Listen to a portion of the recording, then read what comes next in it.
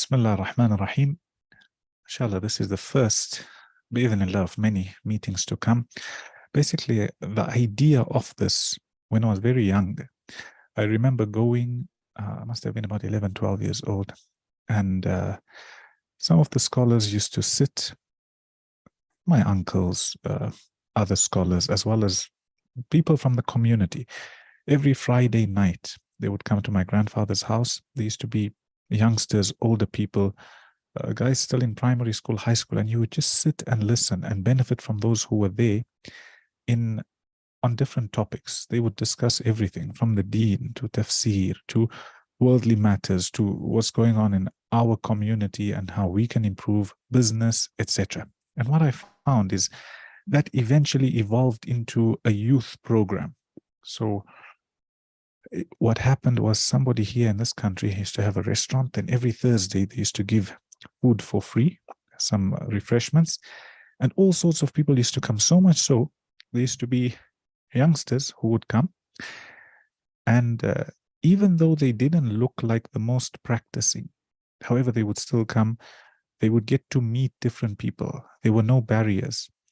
And you find that they became better Muslims and better people, bi'idhnillah.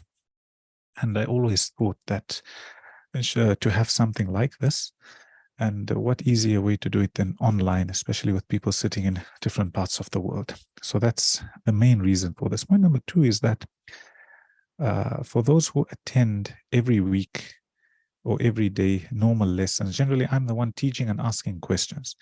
But there also comes a time where I've also got to benefit from you. And that's how you find a community flourishes. It can't only be one way. So you find that person who's teaching, he also benefits from the students at times. The students correct their mistakes, etc. That's point number two. Point number three, the reason why I chose the topic of business to discuss in this meetup, inshallah, maybe next week or the following week, we'll have another meetup where we discuss another topic, is because it's a very important topic. Number one. Number two is that you've got people on the whole spectrum. Those who've started, in fact, those who want to start, they haven't yet started. Then those who've already started going through difficulties. Then you find those who are a lot more successful. And it's important to hear from all of them. Their experiences, how you can benefit, etc. Sometimes you might find a person who's still in school, might be 12, 13, 14 years old. However, something that could have been said in these youth programs or these meetings, you find that they benefit. It may be years later. And that's the point of these types of meetings. So inshallah, today I want to discuss a little bit about business. Wherever you guys want to speak, feel free to speak and share your experiences also. We asked a question on Instagram. I had mentioned that what are some of the challenges that you have faced, either as an aspiring business person or somebody who's already started? And there were a lot of answers. The main ones that stuck out. Number one, people say that, where do I start? How do I start? I mean, I want to do it. Should I do it? I'm scared, etc. So we'll touch on that. And point number two, a lot of people, especially in the first world, they have difficulty to access finance or to get a good loan where there's no riba involved. And the third question that constantly came up is about different products. So somebody wants to sell this and they think, oh, is it permissible? Is it not permissible? Just add all these coming to the room. MashaAllah. So those are the types of questions and answers that you find that people have. And inshallah, hopefully we can discuss something of benefit here and take away something of benefit. And bi'idhnillah, if we have the intention of firstly trying to become better Muslims, number one, trying to have a connection with other like-minded Muslimin, bi'idhnillah, that's an act of worship also. So to start off, as for those who haven't started in business, okay, I'll tell you a little bit about my experience. Anybody else who has an experience or who wants to start, you can share yours, and then we carry on from there.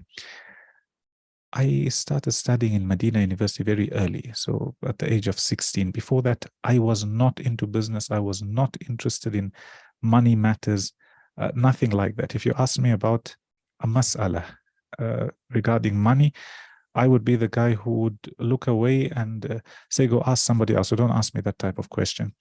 Eventually, as we learned in Kulliyat al-Sharia, the College of Sharia, you find that the first year you learn about ibadat, acts of worship.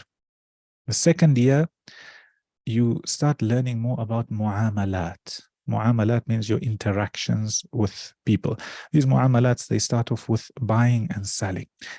And mashallah, I had two brilliant teachers, youngsters, and they brought this topic to us. They taught us in a way that was very interesting, in a way that showed us its importance, and in a way that showed us how relevant it is, especially in the world we're living in today. So as you can imagine, me from not having no interest in this, I must have been in my early 20s when I first got this idea. Prior to that, when I was still a youngster, my father did have his business, but I never ever took part in it. We were more interested in studying, and that was just how it was. So later on, I started looking into the masail of fiqh, kitab al-buyu' especially, and you've got so many ahadith, okay, that speak about business. And then I started realizing how important this was, and reading in the seerah and with regards to the time of the Khulafa al-Rashidun, you find that for that country or for that empire or for that state to function, money was extremely important. The way it was managed, the way it was distributed, the way it was collected, the way the people had to buy and sell. And I'm not saying it's the most important, but generally people attribute Islam to only ibadah, to only salah, only zakah, only fasting, only hajj, and they put a full stop there. But that's not the case. If Islam is a complete way of life, then it also includes marriage and divorce. It also includes buying and selling. It also includes law, etc. So thereafter, I started reading a lot more in terms of fiqh and masail. And then a few years later, I thought of starting to buy and sell things. So at the time, drop shipping was a thing. It still is, but this was long ago. And I looked into the masail. Obviously, there's different opinions when it comes to that. And then you start. Now, I'll tell you, when you're starting, you have to look at what you have. This is general advice. Everybody is different, but you've got to look at your situation. For the brother saying he can only share, inshallah, will come to you. Anybody got something to share? Inshallah, I'll speak for 5 more minutes, then you can share whatever you have to share, inshallah. So I remember I started one of these drop shipping stores, and we used to sell. Okay, you had products in China, and then you would somehow connect the website, and then you sell. And then slowly you learn more about your numbers. You learn more about the website. You start learning about processing fees. You start learning about adverts, etc., etc., etc., etc. What I would say for somebody who hasn't yet started, you've got to think, obviously, after putting your trust in Allah and looking for the time, you've got to see, do you have money to spend, or do you have time and effort that you can put in? Because these are two different types of businesses. At times, maybe you want to buy and sell products. How much money do you have? How much money are you willing to put in? And how much money are you willing to lose? Not everything that somebody says, oh, this is profitable and we're making so much on the internet, etc. That's a lot of the times that's not true. Or a lot of the times, if it is true, they're talking about figures before expenses, before them having subtracted their taxes, advertising costs, rent, wages, etc. So you've got to look, are you somebody who has a little bit of capital to buy something and then sell it? Or are you somebody who is not looking to buy and sell, rather you're looking to provide your services to somebody else? So are you going to teach them? Are you going to do a job for them? Are you going to design something for them? All those are services. And are you good at it? Or can you learn how to become good at it? So you've got to make that differentiation early on if you're going to try. And point number two, you've got to look at the resources you have and what you're willing to lose. So for example, if your life savings are, example, $3,000, and you need that to live off rent and to pay your rent and to pay your food, etc., it will not be the wisest idea to take that 3,000, throw it into a business when you've got no experience at all. You'll probably lose. That's number one. Number two is that a lot of the people who we see or who are termed as successful in their businesses today, you'll find that they'll tell you we started whenever they start. Some started early, some started in the middle of their careers, some start later on. But most of them, they say that what we started first, we started and then it didn't work out. And then we did something else, it didn't work out. We did something else, it didn't work out. We did something else, it didn't work out. So don't think and feel that this failure or perceived failure is something that should throw you down and you shouldn't get up after that. In fact, don't even look at it as failure. Look at it as you learned a lesson, you gained experience, and you're not going to make those mistakes again. And you carry on from there. So that's an extremely important point to bear in mind, especially for those who haven't started. So we started selling a few things here and there. And then after that, I remember Corona came. Time of Corona, I was in Medina.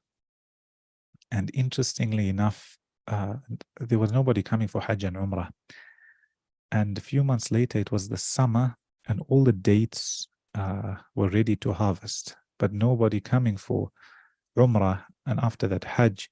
So who's going to buy all those dates? Remember, there's millions of people who come and there's so much produce that's exported all over the world. So this is a food substance. Once you've harvested it, you're not going to sell it. People are not going to eat it. It's going to go bad. The farmers, whatever they could harvest, they harvested. And I found a friend who has suggested that we sell dates. So I started send a few kgs here and there abroad, and people started selling. Eventually, what I had learned previously in drop shipping, how to make a website, how to run adverts, and I did that, and I started selling dates that were in this guy's farm. So he told me, no problem, whatever you want, you come and take. I told him, whatever I sell, I'll come pay you and we'll ship. So eventually we started doing that for a while, and that lasted. And sometimes you find that your business, when it gets to the first step, thereafter, for you to get to the second step, you've got to make different changes. You can't do everything, number one. You have to try and have a system if you can. Okay, not all the time can you have a system. And number three is that you've got to look at, as you're growing, you see a lot more expenses coming into your businesses, a lot more. For those of you who are into business, you would know. And then after Corona finished, and then we tried the dates out for a while, and then I left it. Then I came back home to Zimbabwe. And here we have a small family business where we do a little bit of electrical, etc. And I started learning. So besides the fact that I go to the masjid, lead the salah and Jumu'ah, etc., and I teach online, I started learning a little bit about our own family business, mainly from my father, my uncle, and others. And you'll be surprised to realize just how quickly you can learn if you just go and accompany somebody who's already done it, somebody who has experience for 2, 3, 4, 5, 10, 15, 20 years. If you just go with them and stick with them, especially in the subject you want to learn, you'll be amazed at just how much you pick up and how much they teach you. And sometimes people don't want to teach you, but you find that there's those who are willing to teach. So if you find any of those people, whether you haven't started or you are thinking of starting or you've started, find these types of people. So it will take a lot of time off your learning curve. So alhamdulillah, I started learning from all these people, and every day I learn something new. And that's my few words and my little experience that I have along with teaching. Anybody else want to share anything, your guys' stories? I know Khaybar will have a lot to say, where he started, what he's doing. what he plans on doing. And this type of session. It's not we come and we sit and we teach and we learn. No, I want to hear from you. You guys can hear from me, and like that we all benefit, inshallah. Khaybar. Bismillah ar-Rahman ar-Rahim. Assalamu alaikum to everyone. So me personally, I work as a full-time at a bank, as a banker, as a sales representative. Then also I started a dates business. I got dates, Ajwa dates from Saudi Arabia, and sold it to retailers, consumers, to people just households, sold it to them, and also a bit to some of the shops. So I'm planning to, so I have one income at the moment, which is working at the bank, and at the bank my plan is to make connections, and in the future any business that I do, I use my connection. If I may ask you, what are some of the difficulties when it comes to selling food stuff? One of the difficulties, food stuff, they expire. Their shelf life is not very high. You can't store it for a very long time. And secondly, the packaging, you have to take care of it. The packaging, you have to take a lot of care. And number three, there should be all the energy content, everything on the package, and correctly packed, no hair in there. Something I'll add to that. You've got to look at the market you want to sell to. So, for example, he, mashallah, is in London. You've got a lot more of an upper market people who have disposable income willing to spend. In every country, you've got these types of people, but at times you find that there's people you want to sell something worth $1,000, and only 0.5% of that population can afford it. Or you want to sell, I'll give you an example, Ajwa dates. Ajwa dates are different grades, different qualities. If you go to the top of the top and you tell somebody, okay, pay $40 a kilo, if they don't know what's Ajwa, they'll never pay. They're used to buying Ajwa that's so hard you can't even bite it. So you've got to look at the type of customers you've got. What do they have spending power? Are they able to buy? And you order accordingly. They always give the example of fishing. You've got to be throwing your fishing rod at the right spot in order for you to catch the fish. Mm-hmm. And what about when in fact, when it comes to food also, I'll just add to that, as he mentioned, there's a lot of money involved in, meaning a lot of expenses involved in storage, especially because food goes bad. It goes bad quickly. You've got to get rid of it. And also when it comes to importing, if you're getting it from somewhere else. And then some countries have VAT and duty, etc. So you've got to factor all of that in.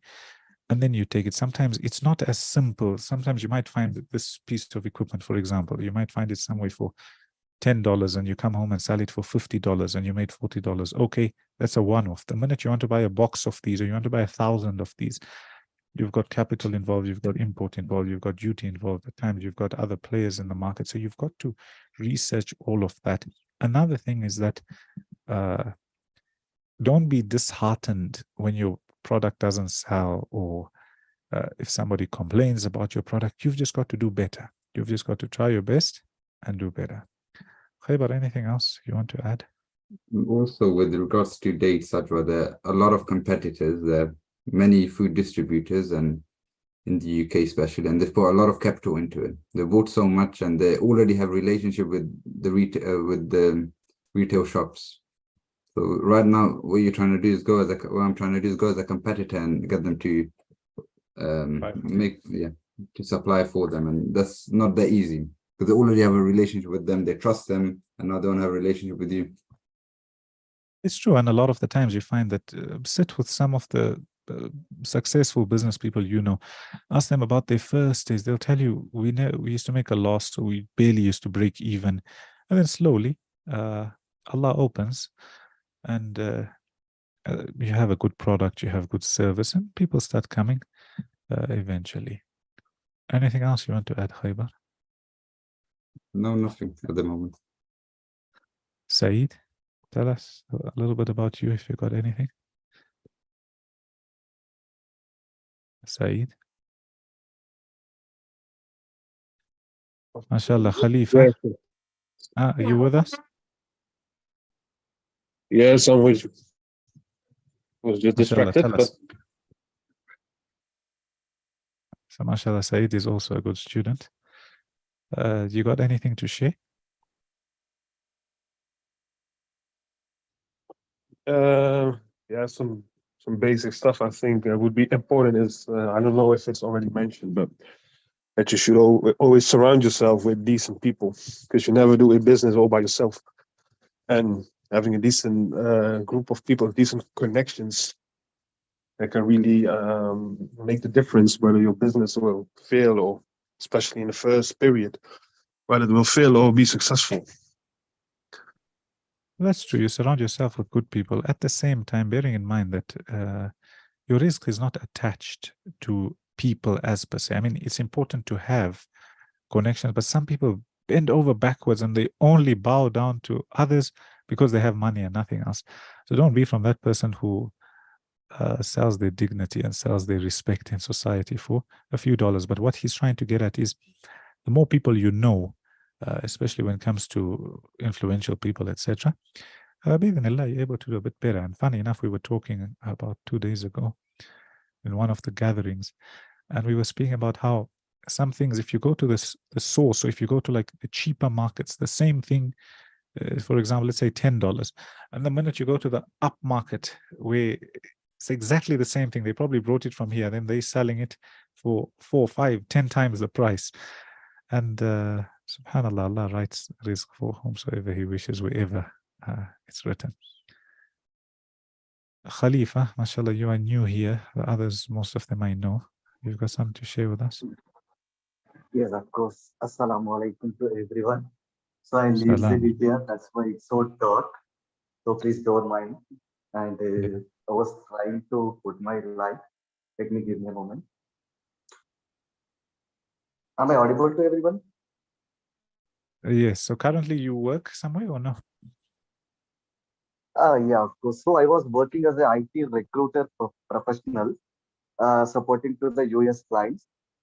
Since those days, the market situation is not good in America, and they got fired me. I was changed like more than 3 companies as of now. Although I'm not like achieving the target because of the client were freeze totally in US completely they were freeze and they are not giving the requirements. Bit I'm struggling lot of in economically, so I So decided to do the tell me business. something. Yeah. Sorry to interrupt you. So you are into IT, meaning you do programming and that type of stuff. No, not like that. I'm a recruiting.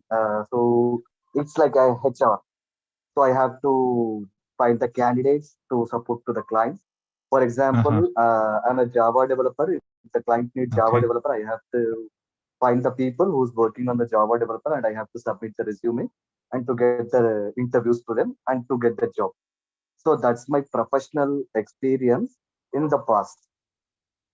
Mhm. You got it? Yeah. So now Yeah. after you worked one place, two places, three places, now you're looking to maybe start your own type of No, business. actually, I got fired. I got fired. Not Okay. only me. So there is a bulk firing happens since last year. Since Yeah, and it 2022 September, they are firing everyone. Firing in the Allah sense make of it easy. we have to put the resignations and we have to leave the job. So it's happening Allah make since it the easy. last year. Thank you so much. So Allah what I make it easy. But decided like yeah. to start a business from the scale industry. So my father is paralyzed completely. He doesn't able to make any money since 12 years. They are struggling too much in this balancing our normal life. So although I decided to start a business, the thing I don't have a strong economical support from anybody else. So I am the only person who have to earn and we have to run the family as well. Although I'm not getting any kind of job, the only thing I can start a business is in the halal way. I have a capital. Must have a capital, but I don't have a capital. So what I can do is, I know it is very wrong thing. What I'm trying to do is, I just want a clear explanation or a guide from you to what to do next, like without having any money. Or if I have a money, that would be only one thing I can take in a loan within interest. So what I can do, I just want a the best advice from you or tips, whatever. It's up to you. So it's quite a personal question, and inshallah, I'll give you time and I'll answer your question, inshallah, personally. But generally, you find that when you, wherever you may be, you might have your own business. I know of a lot of people who are successful in business, and the next day comes and the warehouse burns down, the shop burns down, and what they've been working with for 10, 15, 20 years, maybe a family business over generations, and it's gone. At times you find others who are working a job for so many years, that's the only thing they knew, and everybody gets laid off or everybody gets fired. It happens. Yes. It's hard. It's difficult. And it's normal for a person to become sad. At times a person becomes, feels like, oh, what's going to happen? But as a Muslim, you've got to pick yourself up. And as you're doing, inshallah, is where you haven't surrendered. You're still looking to do something Yeah. better. You're still looking to do something different. So Allah grant you success in that, and I'll answer your question, inshallah, personally after that. There's a brother from Holland. I can just think that's a Dutch name. I'm not sure how to pronounce your name, but Saeed is from Holland. The other brother, Verlinden, are you with us?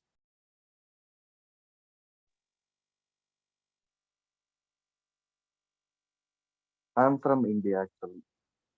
Yourself, Myself. yes. The other brother, I'm not sure how to pronounce your name. It ends Verlinden. If you're with us, I know you wanted to say something. You can speak. If you're not ready, I'll move on to Alamgir. Oh, my mic wasn't on. My bad. Can you hear Yes, me now? mashallah.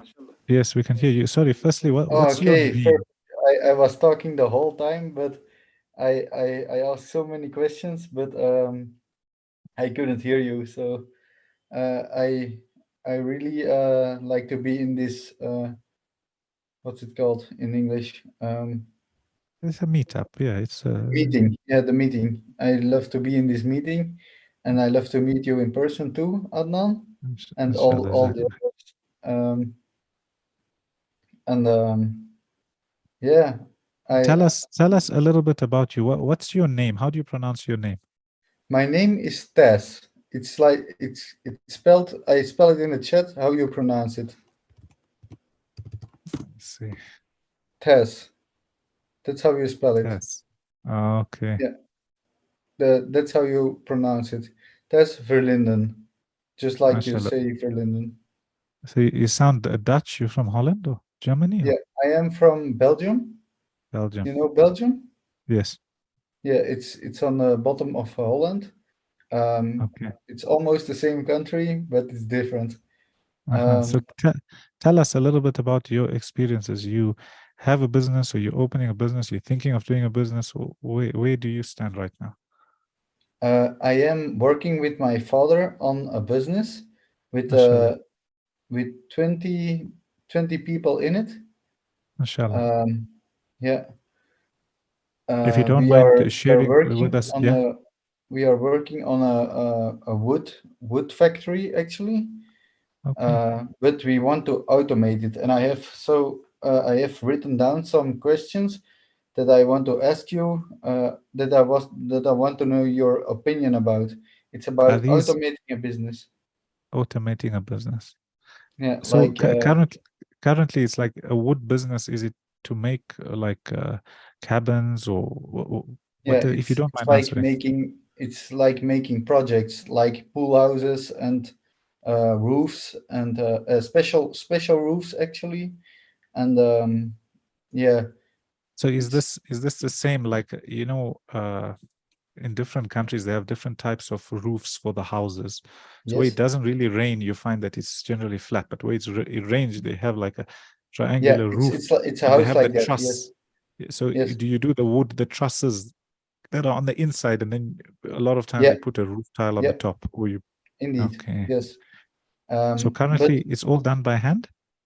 no, it's with machinery, but those are old machines actually, but they work really well. And we have experienced people in our business, but we need an ERP system. Yes. Yeah, we need that. And actually, we need the best ERP system for us. And Maybe if you, also, I the others who don't know what's an ERP system, could you explain to them a little bit? yes, I can explain to it very well, but maybe not in English. You have to help Try. me with that. Try. Okay. So an ERP system is a system where you automate processes of a business in it. So like facturation, voorraad in English, stocks, Yes. Stop. hours of employees, bookkeeping, all that stuff, all in one system. That's an ERP system in my eyes. Okay. Okay. So you want to get more into the automation of it. Yeah, and the automation of the business, yes. And also we need a new website I saw in my business. I talked about it in the chat. It's called vimexx.be. Okay. I think that's a really good website for web hosting. They do web hosting, and I trust them. I trust them too. I have some more questions, but yeah, can I ask them? Yeah, if it's a fiqhi question, it's not it's just a discussion, correct? Okay. Ask. Yeah. If I don't Okay. answer, the others will answer for you. Okay, it's good. Thank you. We have others in manufacturing also here. Oh, that's great. That's great. Roma, They can yeah. they can pick something up from this maybe. Yes. We use cloud software, Microsoft 365 right now. Okay. And only for the people in, what's it called in English? The bureau, like the technical administration people. That's what we use for them, Microsoft 365, because we have to pressure the costs like low cost efficiency. So we use cloud software, Microsoft 365. So you use what, sorry? Cloud software, Microsoft 365. It's like the business software from Microsoft. Yeah. For saving data and saving all the information about the business. Also to share the information about the business. Then I searched further and I found smashinglogo.com. Okay. Just like you say it, I will type it in the chat as well. Okay.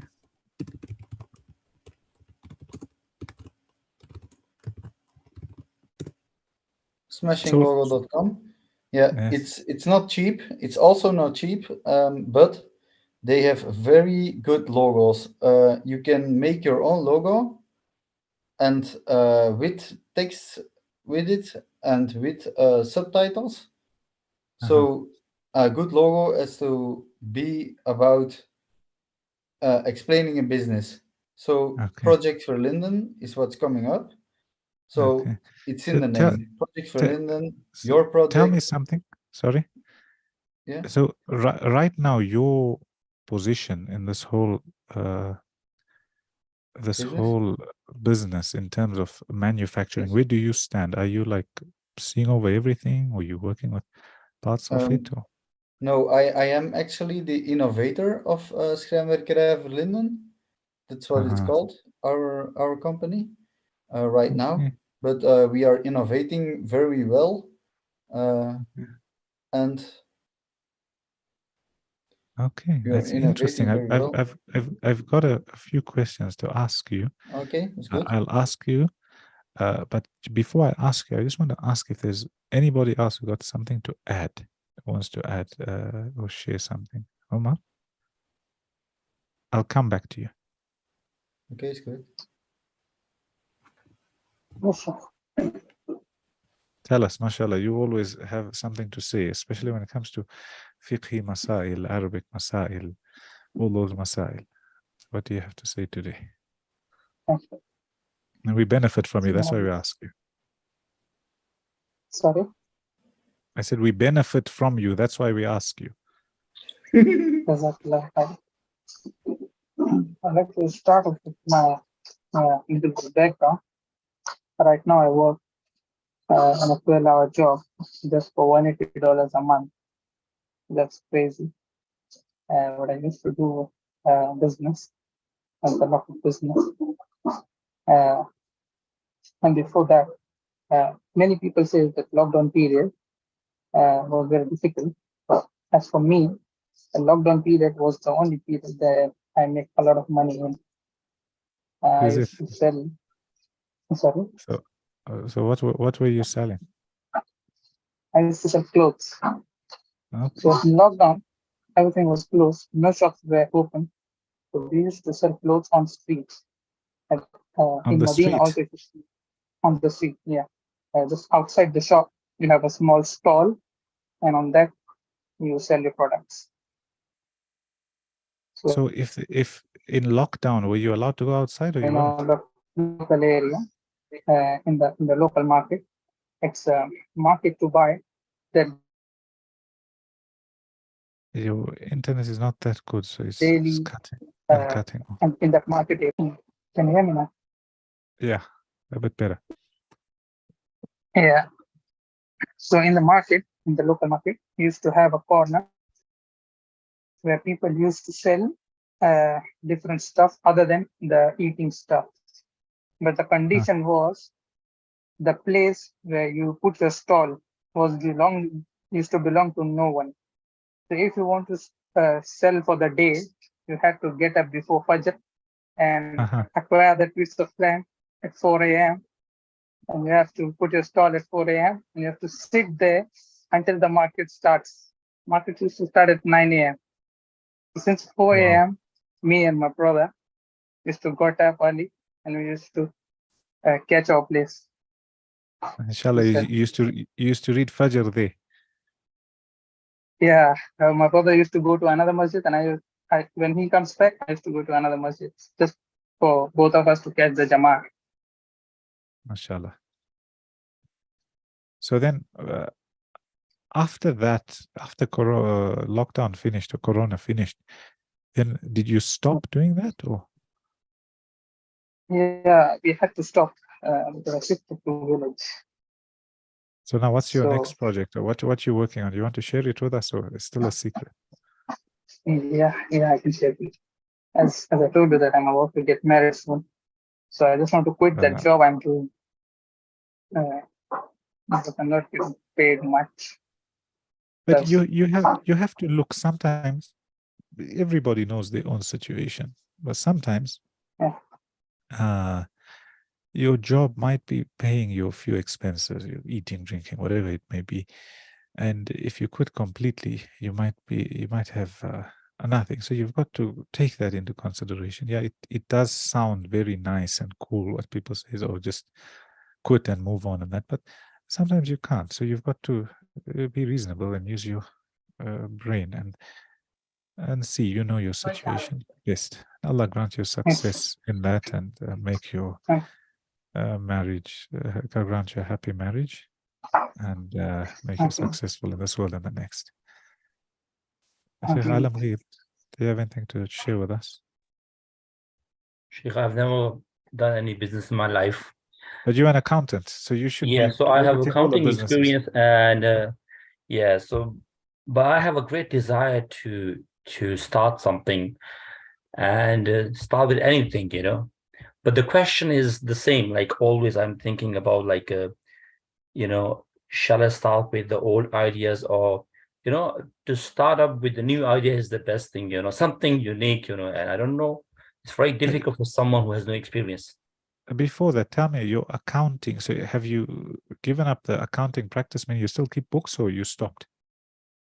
Yeah, no, not like regularly. Whenever there is like a need, the chartered accountant will call me, like self-assessment, payrolls stuff, I will do it, So you studied, it's not like you were self-taught guy, you went and you studied accounting.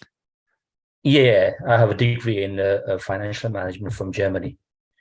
MashaAllah. But I never For those really did something.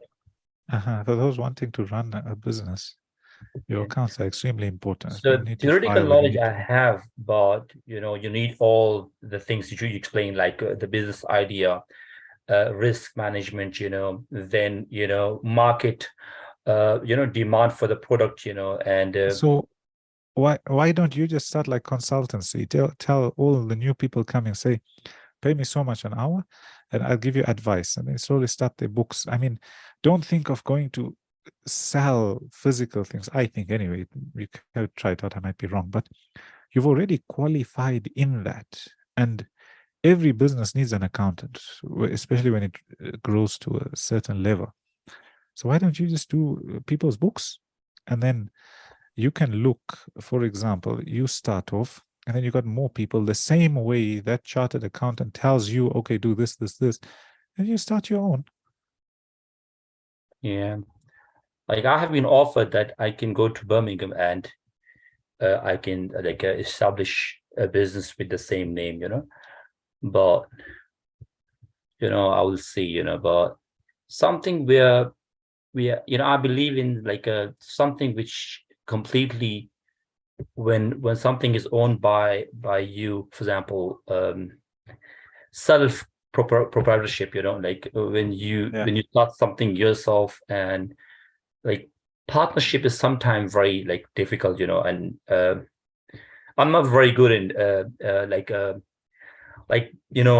judging No, people. so don't start a partnership. You start yourself, and as the brother said in the chat, just go start helping people. They'll need your services, and then you hire out other accountants. They work for you. You can get them from anywhere. I got one question for you though. What you learned in Germany and then you moved to England, is the accounting practices almost the same? I know they'll have a few differences here and there, but like how much compliance is there? How similar is it? 90%, 50%? Did you have to learn a lot more when it comes to filing in England? No, when I was doing the course was in English, so the same, the system is the same. Like they will use the same like balance sheet, profit and loss account, income statement, everything is same, It's not different, very few things are different. They take it differently, but generally because it's all like numbers and the formulas and and the concepts, so it's same, but of course, the self-assessment is different in UK for companies, for individuals. Here we have a weekly salary. In Germany you don't have a weekly salary, it's only monthly salary. And so the expenses are different, these things are different, but generally it's same thing, it's not different. But I worked in Germany. When I came here, I worked here in UK, so I don't have any practical experience of Germany. Okay, but you studied there and you worked here. Yes. Interesting. Brother Abdurrahman, this is the first time we're seeing you, so maybe you can introduce yourself, tell us a little bit about you. Personally, my name is Abdurrahman. I'm from Pakistan. I've been doing business for approximately 3 years, so 2 years and 11 months. So I've recently completed my bachelor's in business administration, and I started my business while I was in uni. So 2 years, after 2 years of my courses for 4 years, and after 2 years of my uni, I started doing business and trying to get to know people. I got to learn a lot. I had a lot of negative traits, which were considered positive if you're not a businessman. But when you're a businessman, it's considered negative. For example, I did not have the power of negotiating with people. So I didn't know how to ask for discounts because my mom always taught me to give more. So whenever someone asked the price, I try to give him more. So like my tailor, he worked. Yeah. Sorry, I want to interrupt. For those of you who learned fiqh with me, is there evidence to say you're allowed to negotiate price or not? I think I taught you guys this a while back. Omar, where is where does it say you can negotiate or you can't negotiate? you can. Sure, there is a situation. Well, Rasulullah Sallallahu Alaihi Wasallam negotiated. He mentioned a story of a Sahaba when he which wanted to Sahabi? buy his camel. Not sure about the name, but he wanted to buy his camel. Jabir radiallahu anhu. So when he wanted to buy his camel, then they speak about how he negotiated with him the price. Say if it was impermissible, he wouldn't have negotiated. Yes, at the end of the hadith, he gave it back to him. Also, when Abu Bakr as-Siddiq radiallahu anhu became the leader of the Muslims, then they saw him the next day going to the marketplace too. They said, where are you going? Umar ibn Khattab and there was Abu Ubaidah ibn al-Jarrah. He told him, where are you going? And he said, I'm going to the souk. He said, why are you going? They said, because I need to buy and sell to feed my family. So they told him that, no, you've got more important things to worry about. So in terms of your food and drink, we've decided that you get from the Baytul Mal. Okay, Baytul Mal is, you could say, like the Islamic treasury. Okay, and in that story, they speak about how they agreed that he would get half a sheep a day, and then they say ثُمَّ مَا كَسُوهُ. Then they negotiated with him when it came to the head and something else. I can't remember the other part. So he said that you won't get. But look at the word negotiated. Negotiate. And the Messenger ﷺ, as I told you in the hadith of Jabir radiallahu anhu, he negotiates the price. He says, give me so much, and says, no, I'll give you so much. Give me so much, give me so much. And the ulama mentioned how you're allowed to negotiate. Yeah, so sorry, Abdurrahman, carry on. I did know it is permissible to negotiate, and I appreciate that you mentioned the hadith. And so yeah, it really means a lot. But it was just this personality trait inside me, which it's the way my mother raised me. So let's suppose in school, if I took someone's chocolate and then that person fought with me, my mom told me to buy him a whole box. Like this is the type of upbringing I have. So it made me it built. And no one in my family did business, so that was everyone did a job. Even my father, he's a professor in physics. All across my family, no one does a business except I chose this path of business. Yeah. If you don't mind me asking you, so right now are you based in America? Or? No. I'm based in Pakistan. Oh, I was nice. about. I think I mentioned it in the beginning, or I just said I'm from Pakistan. You did, yeah. No, but there's other students here who are originally from Pakistan, but then they moved with their families whenever, and they live abroad or elsewhere. MashaAllah. If you don't mind, if you don't mind sharing to us, what's your business? If you don't want to share, no problem also. But just so the others benefit. I would love to share about it. It's basically custom embroidery services on your clothing. So let's suppose if you have a hoodie, a t-shirt, or a hoop, and I would like to share more about the struggles, because when I wanted to get into the business of customization, a lot of scholars told me don't go into it, because they said you're going to get haram designs, and how are you going to decline the customers? And when you're going to decline them, it's going to create a bigger issue for you. So it was really a challenge, because I did eventually decline the haram orders, and sometimes I did make something not knowing it was haram. Like after I made the sale, I got to know. And also at the same time, there were whispers of the devil, because most people who are religious, in my opinion, I could be wrong. People who are religious, they don't try to spend a lot on the luxury items. They don't want to spend on embroidery. They can do away with prints. But people who love singers and people who love dance and concerts. One second. Can you just explain to us the difference? I know the difference, but just if the brothers didn't pick it up, the difference between a print and an embroidery. Tell us. Print is basically done by a machine, and our embroidery is not done by machines. It's done by handmade tailors. And I'm living in Pakistan, so the people here, they're not very financially strong, except very few. Those that are rich, they're extremely rich, and those that are poor, they cannot afford our products. So yes, I had to come up before with you came, we were talking about this. Before you came in, we were talking about this. Carry on. Yeah. Carry on. What is the Okay, print, everyone can do it. Embroidery, very few people can do it, like, because you need extremely professional tailors. So It's a very few niche people market. can, yeah, very few people can buy our products. But even then, a lot of my expenses were going in the tailor salaries and the advertisement costs. So I wasn't able to keep up with that. And it was pretty much break even, or it was a loss. I come from a wealthy family. So every time a loss happened, I took money from my mom, I took money from my dad, and I just covered it up. But then I realized I cannot continue doing that forever, you know? So Yes. about 8 days ago, I got my first international sale, and I realized that my products in the international market, they sell for 20 times more margin.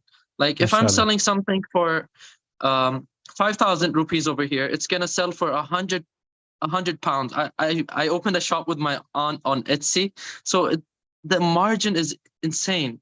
The margin is insane. I was trying to sell something over here, and I'm not making it. I'm barely making enough money to cover my expenses.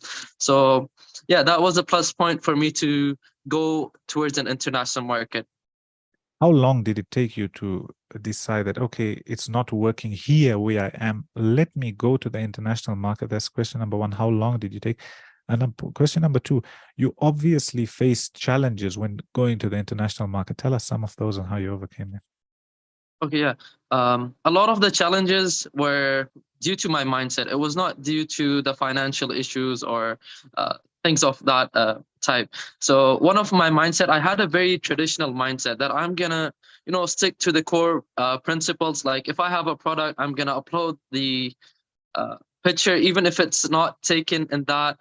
A lot of teammates. I'm sorry. I'm just trying to contemplate my. I'm trying to rearrange my thoughts. So a lot of teammates came and the employees came who told me to use mock-ups, picture mock-ups. And I was like, no, I'm not going to use mock-ups. I'm going to put the original picture. Mock-ups, enhance the beauty of the product. Even though it was pretty much the same thing, I didn't use mock-ups until recently. And another challenge was going internationally, especially from Pakistan. On Etsy, it doesn't allow you. And even on Amazon, they ban your account. So you need a VPN. Even right now, we're using a remote desktop. And despite using a remote desktop, for Etsy, you need to have a UK residential address or so even if you're using VPNs and remote desktop, you need someone in another country. And most of the times when you have someone in the if you have someone in the other country, they're going to have to divide your business. They're going to want to do partnership with you. But luckily, my aunt, she was like, okay, you can keep pretty much all of the money. I don't need anything. She just opened an account for me and I could manage it. So these were, I mentioned. Why don't you open a company as a non-resident? They allow you. So like I know in England, they allow you, and America, they allow you to have a company there, LLC, whether you're a citizen, whether you're a resident, and you can be a non-resident. You just pay a little bit more. I mean, I'll tell you, about 3-4 years ago, I'll tell you the prices. If you were in England and you were a local resident in England, and as far as I remember, citizen also, you paid £14. £14 is like $20, and they open the same day. And if you were a non-resident, so you're living abroad, legal, open your account, and I think it takes 2-3 days. And I think it was £100 at the time, registered legally under your name, and you then can open a bank account for your business. And the rule they have is a non-resident director will not take a salary, but if they want to take any money, they'll take it out in dividends. So they quite welcoming in that sense. You've got an idea, you've got a business, you look for it and you do it. And it's still there. I know a lot of people who've done it. Carry on. All right. So actually, it was part of our in my business school. In my 7th semester, we were supposed to make $1,000 in Pakistan in my 7th semester, and in my 8th semester, we were supposed to do $1,000 internationally. I wasn't able to make that, but because I was able to show my teacher that I opened a company in UK, and so he did give me some marks, but not the full marks. I didn't manage to open a company, but it got banned on Etsy. It didn't get banned on Amazon, but I figured that my products are not for Amazon market. It's for the Etsy market for customization. And plus Amazon, the customers are different. Like they're not so polite and caring. And this is what I noticed. For Etsy, they give you more of Good a reviews. leverage. Uh-huh. Yeah, they give you good reviews and they're kind. They're willing to pay more. Amazon has cheap. You cannot price your product that much. Plus, there's a lot of competition over there. For Etsy, you can price your products higher. You know, funny enough, you're saying that a good friend of ours here, he does cars. Okay, so somebody has an accident, the car is bashed. He'll come and he fixes the car. So he first started off. He told me his whole story. Inshallah, one of the days I'll call him. It's also one of the students. When I'm free, I go to teach him in the afternoons or in the mornings. We learn for about 10, 15 minutes. Anyways, so he's told me that, mashallah, alhamdulillah, my business has reached a level where I can no longer take cheap cars, meaning, the Toyotas, small cars. He says, because I'm one person, there's another person, we painting, there's an art to it in terms of they rebuild the broken cars. You've got to spray the car and you've got to put it back. So he says, I've reached a level where there's so much business that comes my way. I say, I can't do it. And he says, sometimes when I take on the cheaper cars, which are worth 2,000, 3,000, he says that that's not my market. And he says, sometimes people come to me where they tell you that he needs to fix the door and I'll charge him, example, tell him 5,000, 10,000. And then he'll say that, no, it's cheaper elsewhere. Say, go elsewhere. But he knows that guy who spent 100,000 on his car is not going to go and fix it for $500 because they're going to do a rubbish job. He might as well do the job properly. So it's interesting you say that there's a market for everything. You just have to look for that market and you sell to that market. The other day in that workshop of his 2 days ago, I saw one of the latest Rolls Royces, then you see Lamborghinis in there, Range Rovers, and he sprays. Sometimes they come for the wrap on the car. And he tells them, I'm not cheap. He says, if you want something cheap, go elsewhere. He says, here I do a job, I guarantee my job. I spray myself, wrap myself, and it comes with its guarantee.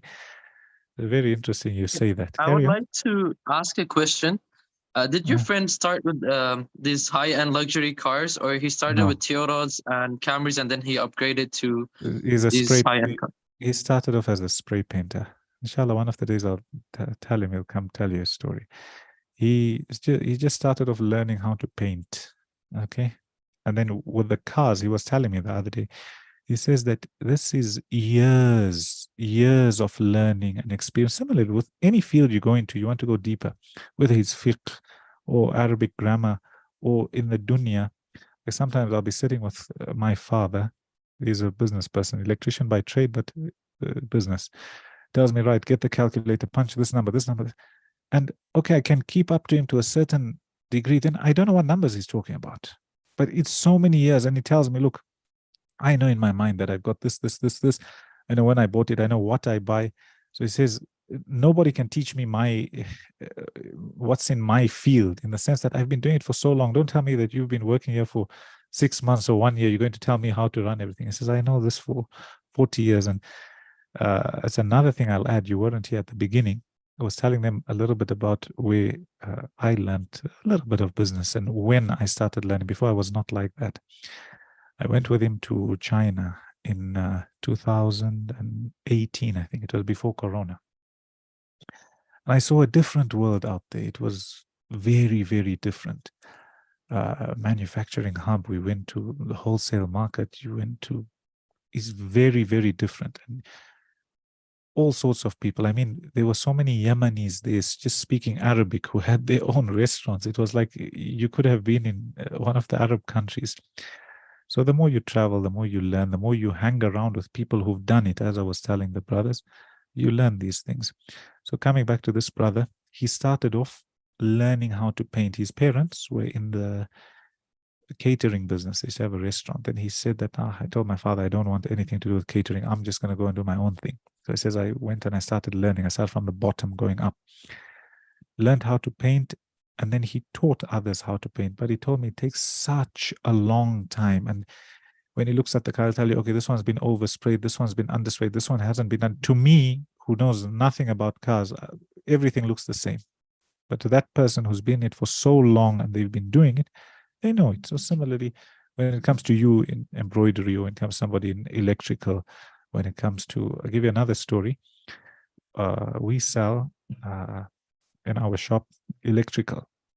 So once my dad went to somebody's house, they were building, and he said, oh, he told him, where did you get the switch from?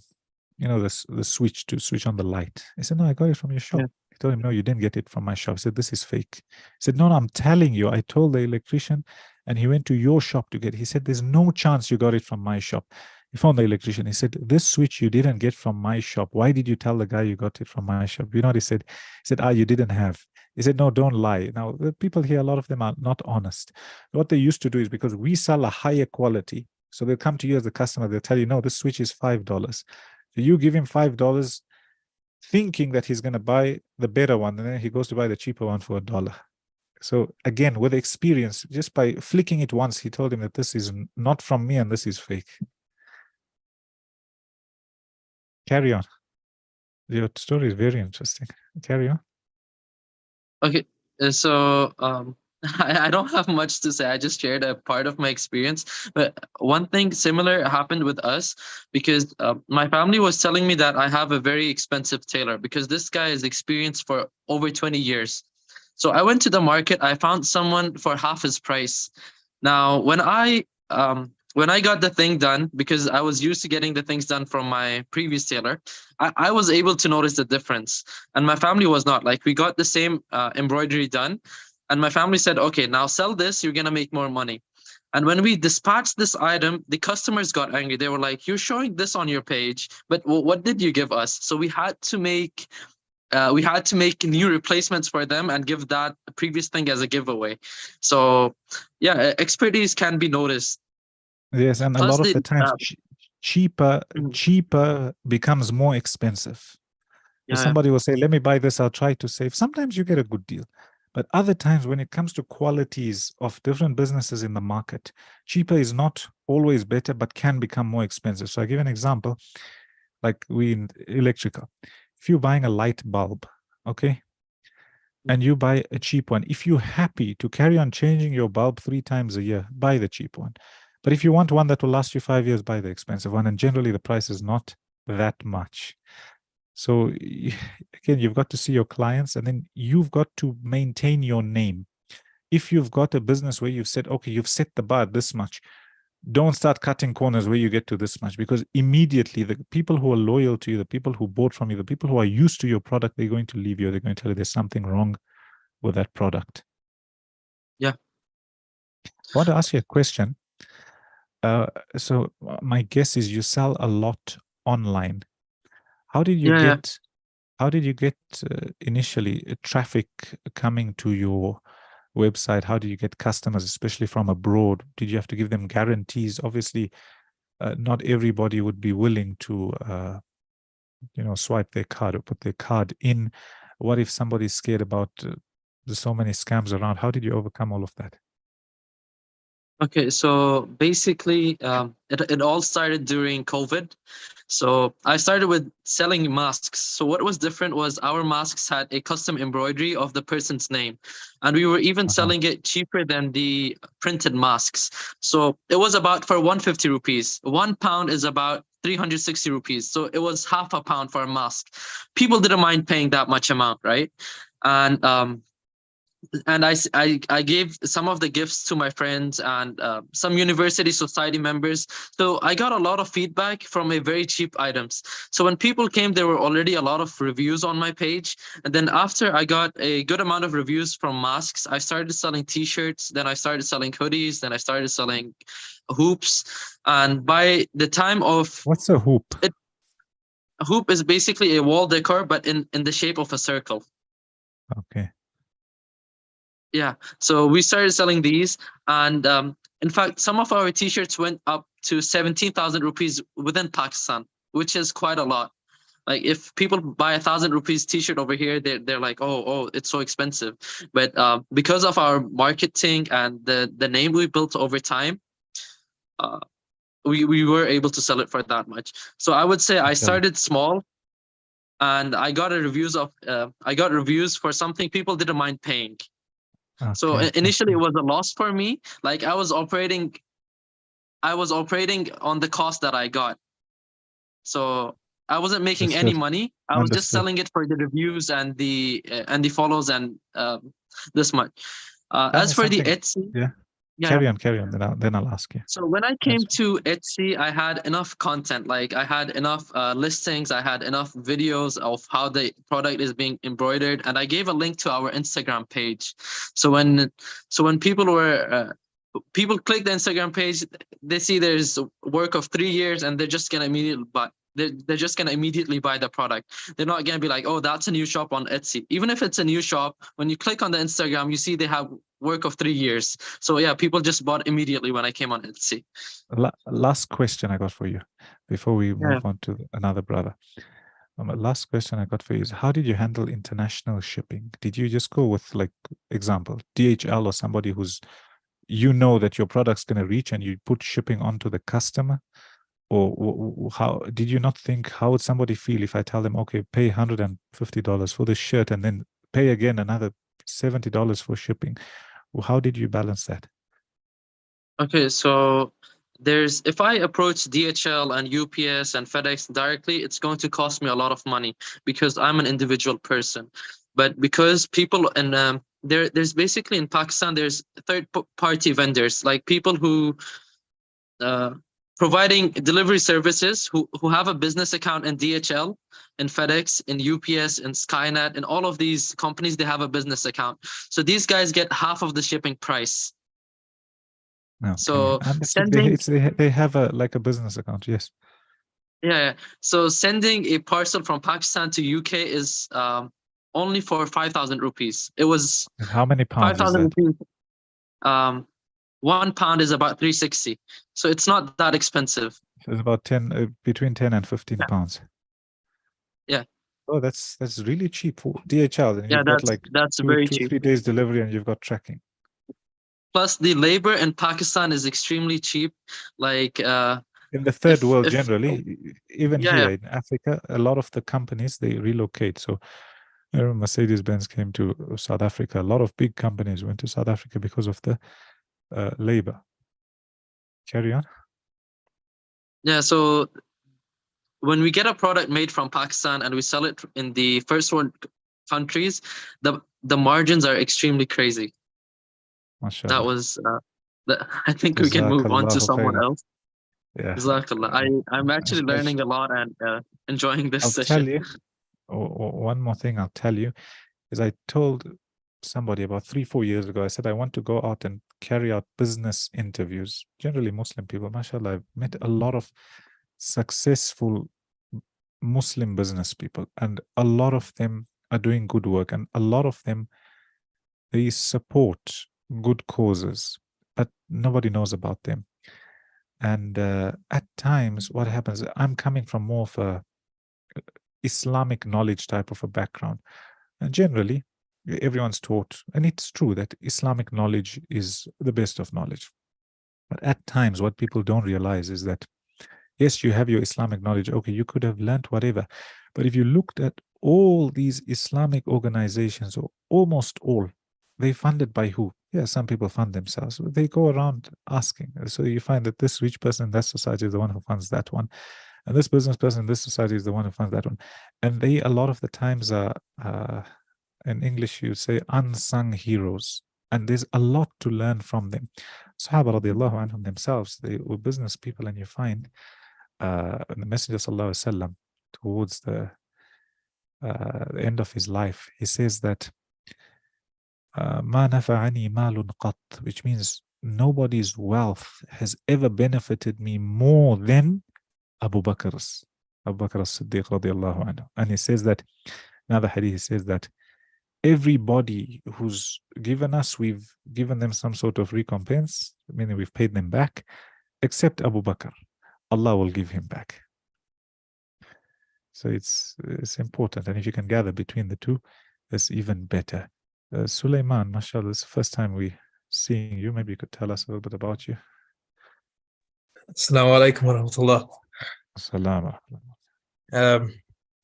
My name's Sulaiman, brother. I was just gonna say, I was very surprised that I came across your profile about 2 or 3 weeks ago. And when one of your videos popped up on Instagram, I think, and I was thinking, this brother looks and talks a lot like Mufti Menk.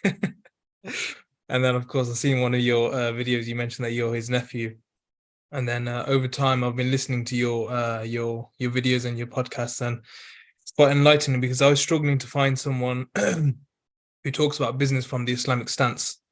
And your videos reflected and resonated with my knowledge a lot. So alhamdulillah, it's been nice listening to the brothers. I'm based in UK. Inshallah, I can hear that from your accent. Yeah. Hey, where are you based? I'm based in Zimbabwe, but I'm born in Zimbabwe. England. I was there a few weeks ago. No, a few months ago. In Masjid Al Whereabouts? I'm based in Coventry, West Midlands, near Birmingham. Okay, so you've got a few other brothers here also from England. Yeah. Mashallah. Tell us a little bit about yourself. You're a student, are you a business person? What do you do? What can we benefit from you?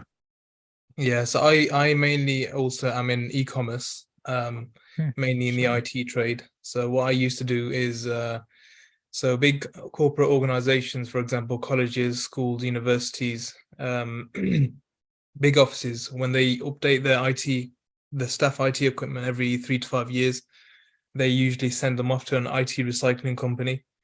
Those IT recycling company then sell it off to traders, so people in the IT trade.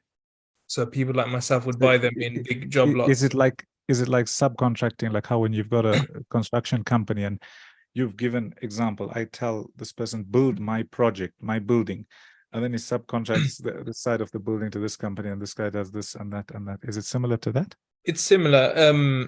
I mean, in the UK, there's a policy called the WE policy, which means because of GDPR, when a company wants to update usually they buy the IT equipment, for example, the laptops and the computers on lease, brand new equipment. Some of them they buy outright, but mostly on lease. So the lease ends every 3 to 5 years.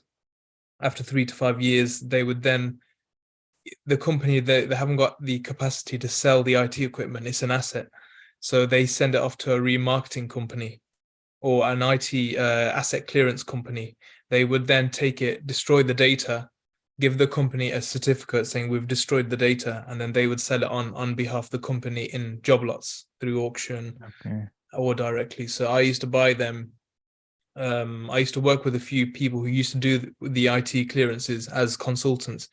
They would come to me with, big lots of laptops, desktops, etc., and then I would buy from them, refurbish. So refurbishment and adding the software is the value add, and then retail it on through mainly eBay. So I used to do that for quite some time. And then I went into the car business. So I was very interested about when you were saying about your friends in cars. It's just been a big passion of mine.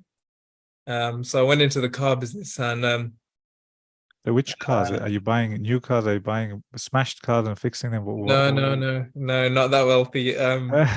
Just through auction. So and through private. So buying your mass-produced cars that mainly people buy. So your Toyotas, your Hondas. I did start off with BMWs and Mercedes, but I learned that especially when they're over the 100,000 mark, you should stay away from them, because that's when that's when the maintenance starts racking up. They say that's when the big parts now come in, where you've got to change. Yeah. So I lost a lot of money because I went straight in. You always think as a entrepreneur, you think if you can do it in one industry, you think you can jump into another industry, and then to interrupt you, sorry. You've all heard of Sheikh Sulaiman al-Rajhi.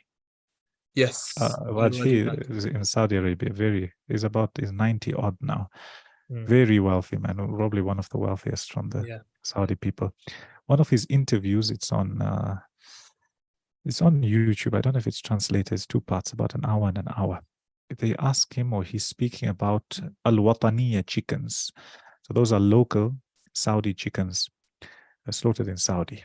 He tells the story of why he started al-Wataniya. But point I want to get is that he says, when we started this, so this is who this Suleiman Raj, a billionaire, Yeah. says, when we started this project, we lost a lot of money. He said, yes, alhamdulillah, now we making a lot of profit. We make profit, we make a lot of profit. But he said, when we started it, we lost a lot of money, and it took a while for it to, get up and to break even and then to make money. So similarly, you may be an expert in another field, but then the minute you're moving, there's a learning curve, and sometimes the only way you learn is by losing money. Once tell you of somebody who lost some money, and a person who gave them said, yeah, you went to school now, meaning that was your learning curve, and now you won't make those mistakes again. Carry on, then.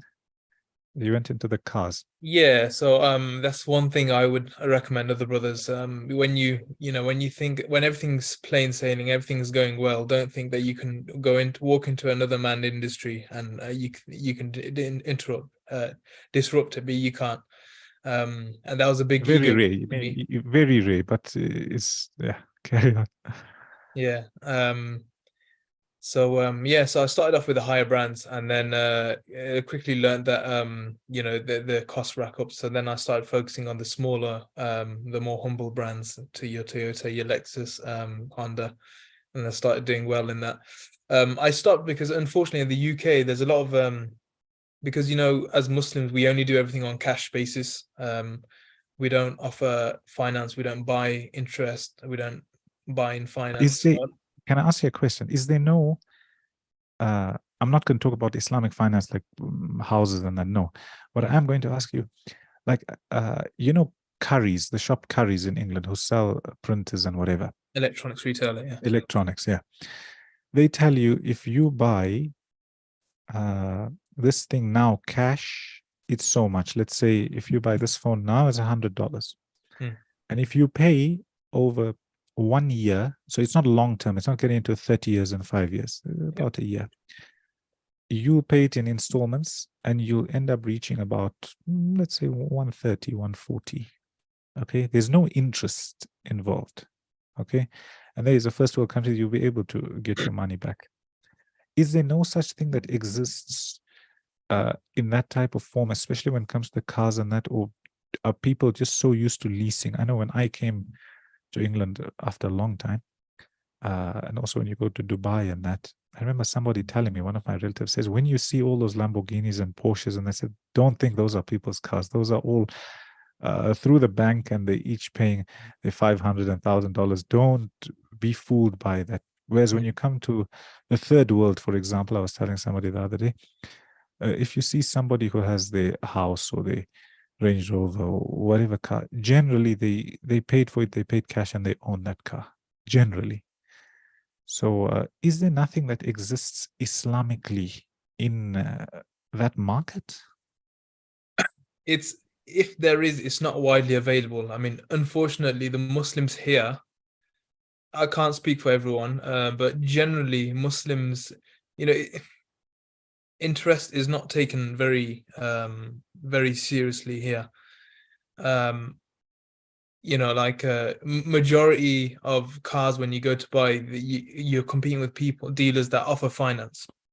For example, if you offer a £5,000 car, £10,000 car, they're offering finance on it, and you don't nowadays. You don't even need to be a high earner to be qualified for finance. You can walk in and walk out with a brand new car within 2-3 hours.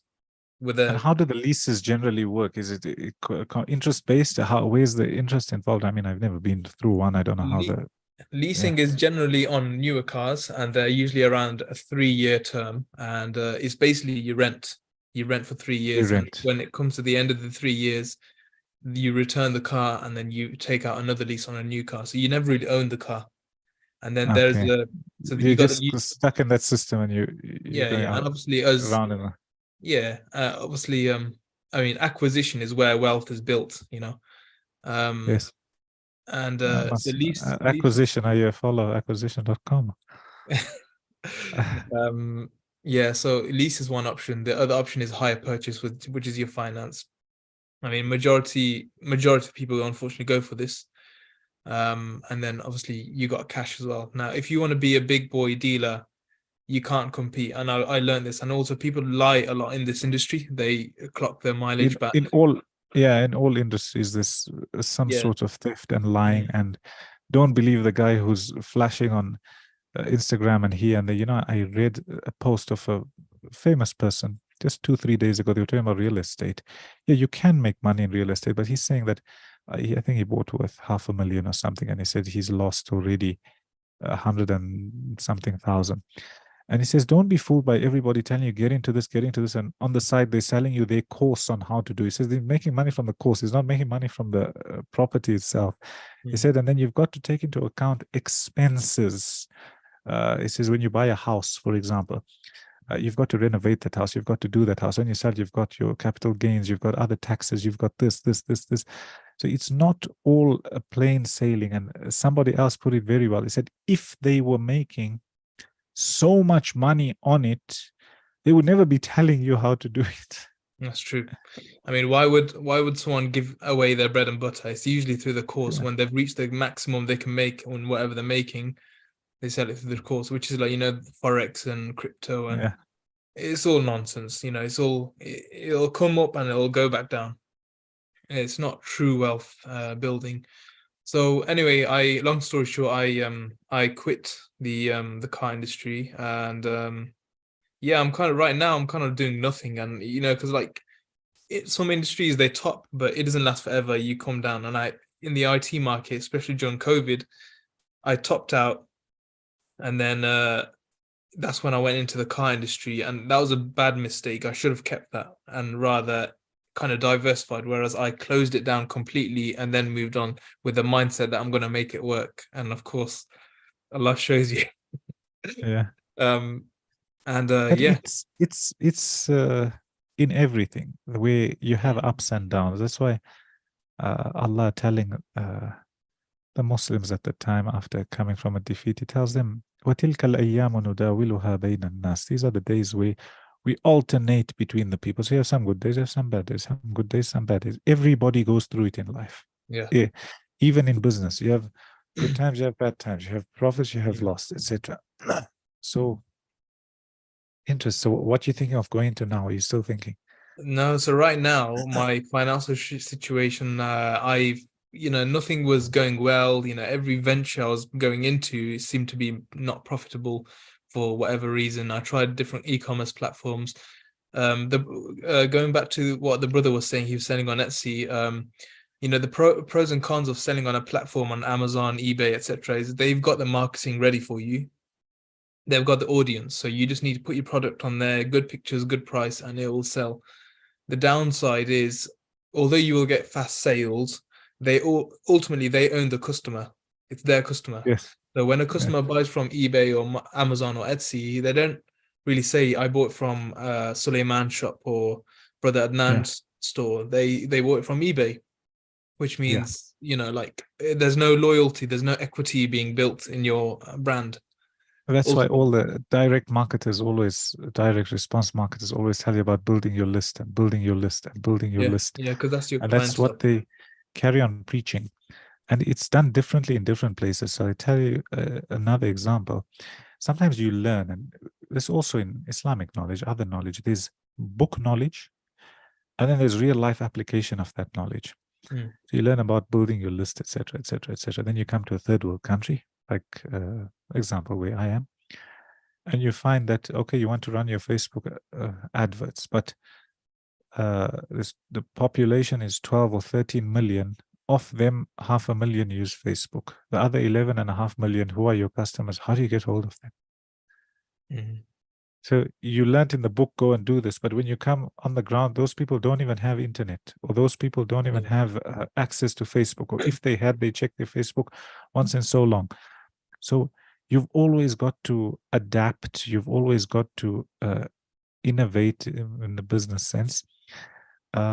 And you can benefit from others' principles, and you know your situation best. Yeah. So right now I had a side, something that I've always been into my clothes, and in the UK where I live, in London, it's very good. The Islamic population, mashallah, the brothers, they're all in their thobe.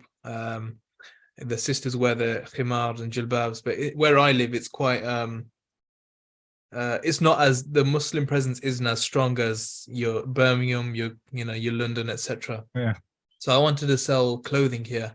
So I set up a store, like an online store. I'll put it in the chat so brothers can see. Saying compliment. And this is through Shopify. You know, just like quality clothes. It's a brand called Nasuki. They're actually produced in Saudi Arabia. This is just a side thing that, like a passion project. So how have you been doing so far? And how's they say there's a lot of money to be made in clothes, but you deal with a lot of returns. Yes. Yeah, clothing. I've never done clothing before, but I've always wanted to try it. So far it's been slow. It's very competitive. Especially in the online market, you know, because you got manufacturers selling directly to the customer. Yes. And you can't compete with them because, you know, it's D2C business model, which means it's coming from the factory straight to the customer. Yeah, the customer waits 1 or 2 weeks, but they get it at cheap prices. I mean, look at Shein and Temu and, you know, all these names that you sometimes you wonder, how are they even making a profit? And do you know, when you look at prices on Alibaba and AliExpress, when you go to China, you'll see those prices are 4 times the amount of what they're selling on there. Really? Okay. If any of you are into business, my advice, go to China. The Canton Fair is coming up now. It might be too early, and for this year, go to the Canton Fair. You find everything. See what you need to go through, and go there. Just go to learn, where everything is made there. Whatever you're looking for, you find. Yeah, so I think it was I think you were the brother. I think you mentioned in one of your talks that Abu Bakr as-Siddiq radiallahu anh, he was a textile merchant. No, I didn't mention textile, but I've heard that he was. Yeah, I think he was a garment merchant. So I wanted to try it anyway because, you know, I was thinking if I can scale this and grow this, then, you know, number one, selling Islamic clothing is like a form of dawah here. If I can get into perfumes, you know, I've always been into my perfumery as well. Perfume is a lot of money. Yeah, and but I'll tell you something. I've never lived in a place where there's a majority Muslim country. I have tried to sell Islamic products, but what I find is that market is generally very capped, and the minute you're catering to them only, there's not only a lot of competition, but there's not a lot of spending power in the majority. Yeah. And as somebody wrote it on Instagram, they said that when I ask, my Muslim friends are always asking me for a discount or looking to pay double the price elsewhere. It's true. Yeah, it's true. You're 100% right. In the Muslim, yeah. It's a difficult market to penetrate, as in. But yeah, I mean the Muslim market is very small here, of course. And I was thinking, you know, like if you really want to become a top level, you know, business, then you need to cater for the majority rather than the minority. Or you go niche and you just hit like the craziest of prices, and you know that's your thing and finished. Yeah. But anyway, to be honest, I wasn't expecting this to do well. This is just more of, you know, to serve my community. It's good. You go, you try. I mean, there's not everything has to be profit based. Sometimes you do something which is a service. Yeah. Sometimes people have a better intention when it comes to that. You know, the brother Abdurrahman was mentioning about he was the type who never have a good business characteristic in terms of he never used to negotiate. It's good to negotiate in business. However, at times it's also good where you find that there's some of the Sahaba, I've read a few athar, I'm not saying all the time, but if they mention the price, they pay the price. Until today, I know people who mention the price, he pays the price. You won't negotiate, not 1 cent less. Even though he knows he might be paying double, says, you know what? That guy needs some help, so we just pay for it. And let him feel that he's earning instead of we trying to give him something. And I know of people till today, they won't buy, even though they're able to buy from a manufacturer or the supplier, distributor. They say, no, let's go to the retailer and buy because this person here is in need of that few dollars of profit. So let's go, we support them. It's okay. That's how it is. But yeah, the last point I'd like to make is, my vision is like, as Muslims, so, alhamdulillah, some of the Muslims now in the UK, especially, they're getting into the top. Like, for example, my parents, they were first generation in this country, so they started, very bottom level, your hospitality jobs, your restaurant, etc. My background is Bangladesh, so the Bangladeshis usually went into the restaurant trade, and they kind of dominated that market. The Pakistanis also went into restaurant and taxiing. Somalis, they've dominated like the corner shops. So every kind of culture has got their own category. But yeah, my vision, now the Muslims are getting into like top level jobs now.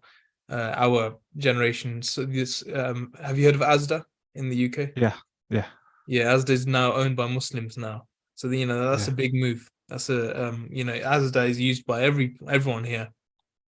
6.2 billion.